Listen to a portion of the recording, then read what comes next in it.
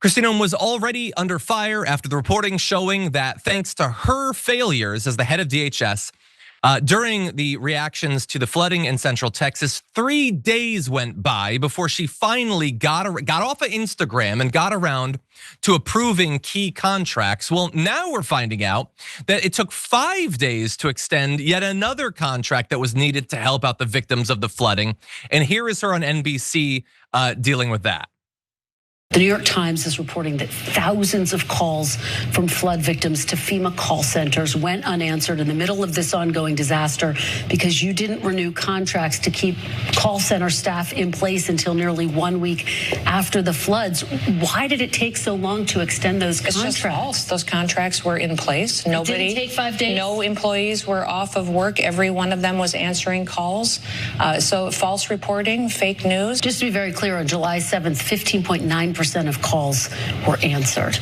I mean, does that concern you that only 15% of calls were answered? These are people in a desperate state. FEMA often the first call that they make, only 15% were answered on July 7th, several days after the floods. These contracts were in place and those people were in those call centers and they were picking up the phone and answering these calls from these individuals. So that report needs to be validified. I'm not certain it's accurate and I'm not sure where it came from.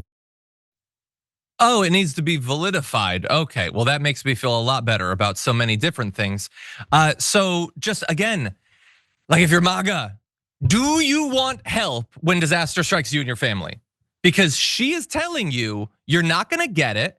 And when you call for help and you won't get an answer, I'm gonna go on TV and be like, the contracts were in place. People answered the call. It doesn't matter if the reporting shows that that's not what happened.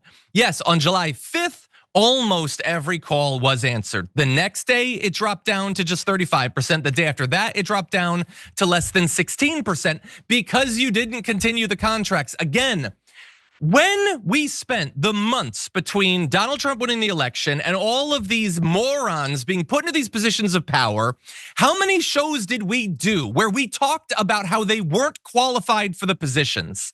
We weren't just saying that because we blue, they red. No, we did it because the jobs are actually difficult. Running a bureaucracy of hundreds of thousands of people that has to coordinate with multiple levels of governance across the federal government, the states, the local and county and all of that, and deal with rapidly changing situations and emergencies and all that requires someone whose like credibility for the job exceeds the fact that they were good on camera and they liked Trump or whatever. She has no idea what she's doing, and it isn't just the incompetence. Of course, we cannot, not focus on the fact that the ideology is to just cut and whatever happens, happens. They don't care about these contracts. They don't care about the consequences of the contracts being cut. And so everybody out there is getting warning after warning of what is going to happen when disaster strikes you. It's up to you whether you wait until that actually happens, despite all the warnings going out. Jared, what do you think? Yeah, real fast. It's the best point, John. As we're seeing it, I said it with school shootings before. Every time we talk about things that we're looking to do to prevent Americans from dying, as we continue to go on, if we do those things, there's a good chance that Americans would have died if we didn't put those things into place. And we're seeing it directly in the inverse.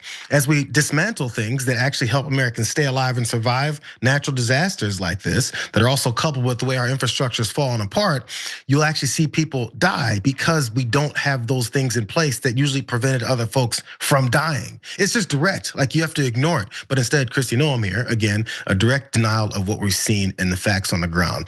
It's fake news. All those facts you have, it's just fake. Listen to me and believe Donald Trump and I guess Stephen Miller, whoever's running my life. That's the only answer because they don't have any answers. And that bottom line answer ends up being, I think as you pointed out, they don't care. They want you to die.